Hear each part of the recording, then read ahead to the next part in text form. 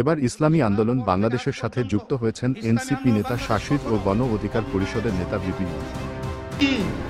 Shortcut পথে ক্ষমতায় যেতে চায় নাই, নীতি বিসর্জন দেয় নাই।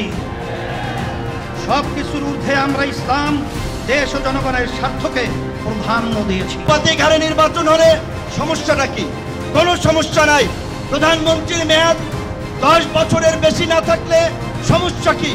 আমরা অত্যন্ত যৌক্তিকভাবে এই কথাগুলো দফায় দফায় আলোচনায় তুলে ধরছি, কিন্তু এটা পরিষ্কার সংবিধান এই সংস্কার জাতীয় ঐক্যমত্য কমিশন কেন জানি দু একটি দলের প্রতি পক্ষপাতমূলক আচরণ করছে। পীর সাহেব কর্মনায় যে সিদ্ধান্ত দিয়েছে যে পিআর সিস্টেমে যদি ভোট হয় হিন্দু সম্প্রদায় ভোট কেন্দ্রে যাবে না যাবে। তিনটা জিনিসকে সামনে নিয়ে সংস্কার, বিচার, পিআর, আসলে আমরা এই সমস্ত ওয়ার্ডের বিশ্লেষণ প্রয়োজন। এই অভ্যুত্থানে আপনারা যখন ঢাকার গুরুত্বপূর্ণ পয়েন্টগুলো থেকে শুরু করে দেশের বিভিন্ন রণক্ষেত্রে অংশগ্রহণ করেছেন, আপনাদেরকে পাঞ্জাবি পায়জামা টুপি দেখে টার্গেট কিলিং করা হয়েছে। আমরা 2013 সালে শাপলা চত্বরে আমাদের রক্ত